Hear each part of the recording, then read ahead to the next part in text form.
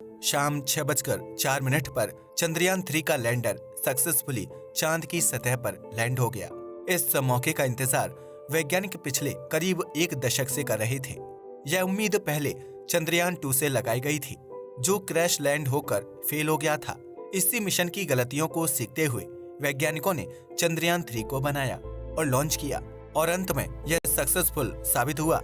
आपकी जानकारी के लिए बता दें कि भारत पहला ऐसा देश बन चुका है जिसने चांद के साउथ पोल पर सॉफ्ट लैंडिंग की कठिन प्रक्रिया को सक्सेसफुली परफॉर्म किया है। रूस का स्पेसक्राफ्ट लूना 25 भी इस सेम चीज को 21 अगस्त की तारीख को करने वाला था, लेकिन चांद के नजदीक आते समय कुछ टेक्निकल दिक्कतों की वजह से वह क्रैश लैंड हो गया और रूस इस रेस से बाहर हो गया। अभी तक इंडिया स्पेस मिशन को करने में इतना ज्यादा एक्टिव नहीं था, लेकिन चंद्रयान-3 के बाद अब भारत की स्पेस टेक्नोलॉजी बहुत तेजी से आगे बढ़ेगी। ऐसा इसलिए है क्योंकि इस कठिन मिशन को समझने के बाद वैज्ञानिक स्पेस मिशंस को सही तरीके से करने की प्रक्रिया समझ चुके हैं। अब उनकी गलती करने के चांस कम होंगे और ज्यादा से ज्यादा मिशन लॉन्च किए जाएंगे, जिनमें से मैक्सिमम मिशन सक्सेसफुल भी होंगे। आपको जानकर हैरानी होगी कि चंद्रयान-3 की लैंडिंग के बाद तुरंत ही इसरो ने चंद्रयान-4 के बारे में भी अनाउंसमेंट कर दी थी। आज के इस वीडियो में हम आपको इसरो द्वारा फ्यूचर में किए जाने वाले कुछ बहुत ही इंटरेस्टिंग स्पेस मिशंस के बारे में बताने वाले हैं, जिसमें चंद्रयान-4 भी शामिल है। इसलिए इस वीडियो को अंत तक जरूर देखिएगा। आदित्य L1। चांद को तो बहुत सारे देश स्टडी कर चुके हैं और अभी तक चांद पर भारत 3 मिशन को परफॉर्म कर चुका है, लेकिन हमारे सौरमंडल में चांद से भी ज्यादा इम्पोर्टेंट चीज मौजूद है, वो है हमारा सूरज। सूर्य के बारे में स्टडी करके हम न सिर्फ अपने आप को एक फ्यूचर कैलेमिटी से बचा सकते हैं, बल्कि साथ में पृथ्वी की हिस्ट्री को समझने में भी मदद ले सकते हैं। सूर्य धूल और गैस का एक गोला है जिसमें मुख्य रूप से हाइड्रोजन और हीलियम मौजूद है। इसके केंद्र में लगातार न्यूक्लियर फ्यूजन रिएक्शन चलता रहता है, जिसमें हाइड्रोजन आपस में कंबाइन होकर हीलियम की फॉर्मेशन करती है। इस प्रक्रिया में बहुत ज्यादा एनर्जी रिलीज होती है, जो हमें सूर्य की हीट और लाइट के रूप में दिखाई देती है। इसरो के वैज्ञानिक सूर्य में होने वाली प्रक्रियाओं और उनसे हम इंसानों को क्या नुकसान हो सकता है, यह समझना चाहते हैं। इन्हीं कॉम्प्लेक्स चीजों को समझने के लिए आदित्य L1 नाम के मिशन को डिजाइन किया गया है, जो 2 सितंबर 2023 को लॉन्च होगा। स्पेसक्राफ्ट का मुख्य मकसद होगा सूर्य के वायुमंडल और उसके ओवरऑल फीचर्स को स्टडी करना। आपकी जानकारी के लिए बता दें कि नासा ऑलरेडी ऐसा ही एक स्पेसक्राफ्ट करीब 5 साल पहले लॉन्च कर चुका है। उस स्पेसक्राफ्ट का नाम था पार्कर सोलर प्रोब और वह इंसानों द्वारा बनाया गया आज तक का सबसे तेज चलने वाला ऑब्जेक्ट भी है। यह जानकर आपके होश उड़ जाएंगे कि यह स्पेसक्राफ्ट 1 घंटे में 6,92,000 किलोमीटर की दूरी ट्रेवल कर सकता है। इसरो द्वारा जारी की गई इंफॉर्मेशन के मुताबिक आदित्य में 7 साइंटिफिक पेलोड होंगे, यानी यह 7 मुख्य इंस्ट्रूमेंट होंगे जिनकी मदद से वैज्ञानिक सूर्य के अलग अलग फीचर्स की रीडिंग लेंगे। इसी डेटा को अलग अलग रूप से स्टडी करके वैज्ञानिक सूर्य के बारे में जानकारी इकट्ठा करेंगे। अगर आप आदित्य L1 पर डिटेल्ड वीडियो देखना चाहते हैं तो डिस्क्रिप्शन बॉक्स में जाकर उस वीडियो को देख सकते हैं। अब सवाल ये आता है कि आखिर सूर्य के बारे में स्टडी करना इतना इम्पोर्टेंट क्यों है? सूर्य हमारे सौरमंडल का हेड है। आपको जानकर हैरानी होगी कि पूरे सौरमंडल का 99.97% द्रव्यमान सूर्य के अंदर ही मौजूद है और यही इस पूरे सिस्टम को कंट्रोल करता है। कई बार हमें सूर्य के अंदर से भयंकर तूफान ऑरिजिनेट होते हुए दिखाई देते हैं, जो ग्रहों के वायुमंडल तक को डिस्ट्रॉय कर देते हैं। एक ग्रह के पास अपनी मैग्नेटिक फील्ड होती है, जो उसके लिए बिल्कुल एक कवच की तरह काम करती है। जब भी सूर्य से निकलने वाले तूफान और एनर्जेटिक पार्टिकल ग्रह से टकराते हैं, तब मैग्नेटिक फील्ड ही एक कवच की तरह परफॉर्म करके पूरे ग्रह को सेव कर लेती है। जब यह पार्टिकल ग्रह की मैग्नेटिक फील्ड से टकराते हैं तो इसी से अरोरा की फॉर्मेशन होती है, जिन्हें नॉर्दर्न लाइट्स के नाम से भी जाना जाता है। वैज्ञानिक बताते हैं कि अगर यही पार्टिकल्स के तूफान थोड़े तीव्र हो जाए तो उससे पृथ्वी के सारे रेडियो कनेक्शन और इंटरनेट कनेक्शन भी खराब हो सकते हैं। ऐसा होने पर पूरी दुनिया एक दूसरे से डिस्कनेक्ट हो जाएगी और हमें एक इंटरनेट अपोकलिप्स देखने को मिलेगा, यानी एक ऐसा डिजास्टर जिसमें लोग कई हफ्तों तक इंटरनेट का इस्तेमाल नहीं कर पाएंगे। यह बड़ी बड़ी कंपनीज और इम्पोर्टेंट ऑर्गेनाइजेशंस के लिए एक डिजास्टर साबित हो सकता है। इन्हीं सोलर तूफानों को समझने और इनसे बचने का तरीका खोजने के लिए वैज्ञानिक सूर्य पर स्टडी कर रहे हैं। वह इन तूफानों के बनने का कारण जानना चाहते हैं ताकि अगले सोलर तूफान को प्रिडिक्ट करके उससे बचने का कोई तरीका निकाला जा सके। आदित्य L1 स्पेसक्राफ्ट का भी एक मकसद यही होगा। इस स्पेसक्राफ्ट के जरिए इसरो के वैज्ञानिक सूर्य के प्लाज्मा और उससे निकलने वाली एक्सरे रेडिएशन के बारे में भी जानना चाहते हैं। इसके अलावा सूर्य की थर्मल प्रॉपर्टीज को स्टडी करना भी वैज्ञानिकों का एक मुख्य मकसद है। इस स्पेसक्राफ्ट को पृथ्वी से करीब 15 लाख किलोमीटर की दूरी पर पार्क कर दिया जाएगा। इस पॉइंट को वैज्ञानिक लैग्रेंजियन पॉइंट कहते हैं, जहां पर पृथ्वी और सूर्य की ग्रेविटी आपस में कैंसिल हो जाती है, जिस वजह से स्पेसक्राफ्ट को एक्सट्रीम ग्रेविटेशनल फोर्सेस का सामना नहीं करना पड़ता और वह स्टेबल रह पाता है।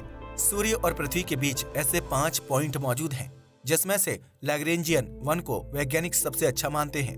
यही कारण है कि इस मिशन के नाम में भी L1 टर्म को यूज किया गया है। पहले इस स्पेसक्राफ्ट को 26 अगस्त 2023 को लॉन्च किया जाना था, लेकिन कुछ कारण की वजह से इसे 2 सितंबर 2023 तक पोस्टपोन कर दिया गया। इस मिशन को बनाने में करीब 378 करोड़ की लागत आई है, जो नॉर्मल स्पेस मिशंस के मुकाबले काफी ज्यादा कम है। मंगलयान 2। चांद और सूर्य को अपने कब्जे में करने के बाद इसरो मंगल ग्रह की ओर बढ़ेगा। फिलहाल नासा मंगल ग्रह को स्टडी करने में सबसे आगे है, क्योंकि वह बहुत सारे ऑर्बिटर्स और रोवर्स को वहां पर ऑलरेडी भेज चुका है। 2013 में इसरो ने भी अपना मंगलयान मिशन लॉन्च किया था, जो पहले ही अटेम्प्ट में सक्सेसफुल साबित हुआ था। यह पहली बार था जब किसी देश ने पहले ही अटेम्प्ट में मंगल ग्रह के ऑर्बिट में एंट्री ले ली हो। इसी मिशन का दूसरा पार्ट यानी मंगलयान 2 मिशन 2020 में लॉन्च किया जाना था, लेकिन कोविड-19 आने की वजह से यह मिशन पोस्टपोन हो गया। उसके बाद इसके लॉन्च होने की अगली तारीख 2022 में रखी गई थी, लेकिन फिर से कोविड आ जाने की वजह से यह पोस्टपोन हो गया। अंत में इस मिशन को लॉन्च करने की अगली तारीख 2024 में रखी गई है। अभी वैज्ञानिकों की तरफ से कोई भी कंफर्मेशन नहीं आई है कि इस मिशन का नाम मंगलयान 2 ही होगा या फिर कुछ और, या मंगलयान 1 का सक्सेसर मिशन होगा जो सिर्फ मंगल को ऑर्बिट ही करेगा। इस बार भी वैज्ञानिक मंगल के अंदर जाकर लैंडिंग परफॉर्म नहीं करेंगे, बल्कि बाहर से ही मंगल को समझने की कोशिश करेंगे। इस स्पेसक्राफ्ट में hyper spectral camera, pan chromatic camera और रडार लगा होगा। इसके जरिए वैज्ञानिक मंगल ग्रह की सतह को स्टडी करने की कोशिश करेंगे और उसकी हाई रेजोल्यूशन तस्वीर लेकर उसका एक मैप तैयार करेंगे। अब शायद आपके दिमाग में ये सवाल आ सकता है कि जब नासा ऑलरेडी इतने सारे मिशन मंगल ग्रह पर लॉन्च कर चुका है, तो आखिर इसरो को ऐसा करने की क्या जरूरत है। आपको ये जानकर हैरानी होगी कि कोई भी स्पेस एजेंसी दूसरी स्पेस एजेंसी के साथ सारा डेटा शेयर नहीं करती। वो सिर्फ ऐसी इंफॉर्मेशन को पब्लिक में पब्लिश करते हैं जिसका फायदा किसी दूसरी स्पेस एजेंसी को ना मिल पाए। ज्यादातर डेटा को कॉन्फिडेंशियल रखा जाता है और अगले मिशन में इसका इस्तेमाल किया जाता है। भारत मंगल ग्रह पर जाने के बाद अपना खुद का सीक्रेट डेटा कलेक्ट कर पाएगा, जो आगे आने वाले मिशन को आसान बनाने में वैज्ञानिकों की मदद करेगा। ऐसा माना जाता है कि इस सदी के अंत तक हम मंगल ग्रह पर अपनी बस्तियां बसा चुके होंगे। अमेरिका ऐसा करने वाला इकलौता देश ना बने, इसलिए भारत भी धीरे धीरे अब मंगल ग्रह की ओर ध्यान दे रहा है। हमारी खासियत है कि हम मिशन को बहुत कम खर्चे में ही सक्सेसफुली परफॉर्म कर लेते हैं।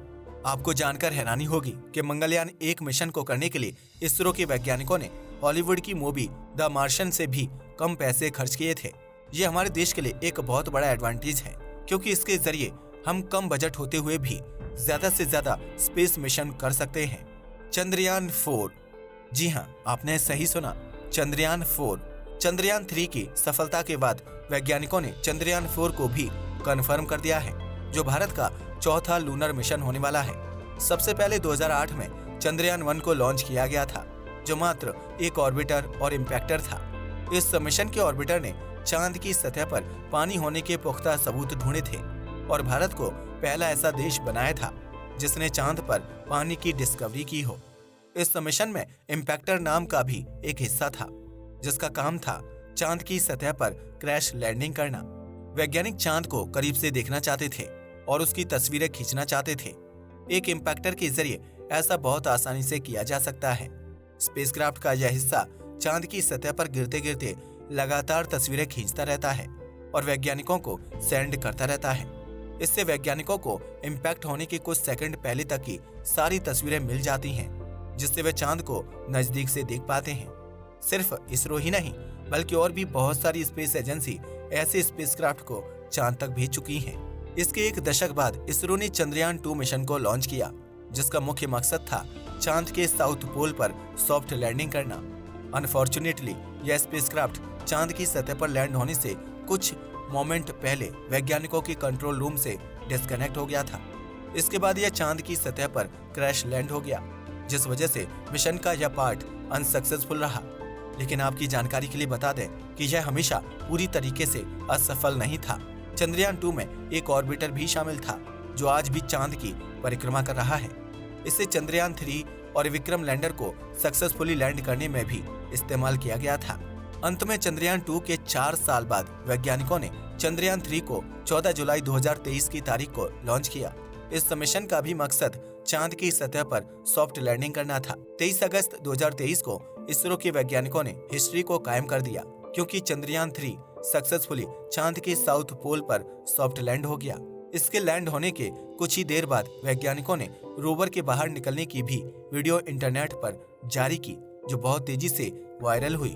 प्रधानमंत्री नरेंद्र मोदी ने 23 अगस्त को स्पेस डे के रूप में सेलिब्रेट करने की अनाउंसमेंट की। यह लैंडिंग भारत की हिस्ट्री में हमेशा हमेशा के लिए दर्ज हो गई है। 2026 में वैज्ञानिक इसी मिशन की सीरीज को बढ़ाते हुए चंद्रयान 4 को लॉन्च करना चाहते हैं। लेकिन यह मिशन भारत अकेला नहीं करेगा, बल्कि इस मिशन को जापान के साथ कोलैबोरेशन में किया जाएगा। लुपैक्स यानी लूनर पोलर एक्सप्लोरेशन मिशन नाम के इस मिशन को चंद्रयान 4 भी कहा जाएगा, और इसके जरिए वैज्ञानिक चांद पर मौजूद पानी को डीपली स्टडी करेंगे। भारत एक बार चांद पर सक्सेसफुल सॉफ्ट लैंडिंग कर चुका है, इसलिए अगली सॉफ्ट लैंडिंग करना हमारे लिए बहुत आसान होने वाला है। जापान ने पहला ऐसा कभी भी नहीं किया है, जिस वजह से इसरो का साथ मिलना उनके लिए एक बहुत इम्पोर्टेंट चीज होगी। इस मिशन में एक लैंडर और एक रोवर होगा। फिलहाल की जानकारी के मुताबिक जापान रोवर और लॉन्च व्हीकल की कंस्ट्रक्शन करेगा और भारत लैंडर को बनाएगा। 2026 में इसरो और जापान की स्पेस एजेंसी जाक्सा आपस में कोलैबोरेट करके इस मिशन को लॉन्च करेंगे। इस मिशन में मुख्य रूप से यह स्टडी करना चाहते हैं कि चांद पर मौजूद पानी को ईंधन के रूप में किस तरीके से इस्तेमाल किया जाए। चांद पर पानी की खोज इसलिए बड़ी नहीं है क्योंकि वहां पर जीवन मौजूद हो सकता है, बल्कि इसलिए बड़ी है क्योंकि उस पानी को हम भविष्य में रॉकेट फ्यूल के रूप में इस्तेमाल कर सकते हैं। एक पानी का मॉलिक्यूल हाइड्रोजन और ऑक्सीजन से बना होता है और दोनों को ही रॉकेट फ्यूल के रूप में इस्तेमाल किया जा सकता है। चांद का गुरुत्वाकर्षण हमारी पृथ्वी के गुरुत्वाकर्षण के मुकाबले 6 गुना कम है, जिस वजह से वहां से स्पेसक्राफ्ट और रॉकेट को लॉन्च करना स्पेस एजेंसीज के लिए सस्ता पड़ेगा। हालांकि ऐसा करने के लिए पहले चांद पर एक बेस बनाना पड़ेगा, जहां से रॉकेट को सही तरीके से असेंबल करके लॉन्च किया जा सके।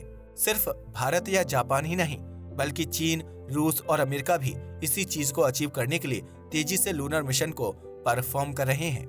आपको जानकर हैरानी होगी कि इसी साल नासा करीब 3 से 4 लूनर मिशन लॉन्च करने वाला है। अगले साल हमें चीन और रूस का भी स्पेसक्राफ्ट चांद पर जाते हुए दिखाई दे सकता है। धीरे धीरे हमारा भारत स्पेस टेक्नोलॉजी में आगे बढ़ रहा है और चंद्रयान 3 की लैंडिंग होना इस पूरे प्रोसेस का एक टर्निंग पॉइंट साबित होगा। धीरे धीरे इसको कमर्शियल सैटेलाइट लॉन्च के कॉन्ट्रैक्ट मिलने लगेंगे, जिससे इसरो का बजट हाई होने लगेगा। जैसे जैसे इसरो का बजट बढ़ेगा, वैसे वैसे मिशन की कॉम्प्लेक्सिटी और मिशन की क्वालिटी भी बढ़ने लगेगी और हम नासा के करीब पहुंचने लगेंगे। फिलहाल नासा हमसे बहुत आगे है, लेकिन ऐसा टेक्नोलॉजी की वजह से नहीं, बल्कि बजट की वजह से है।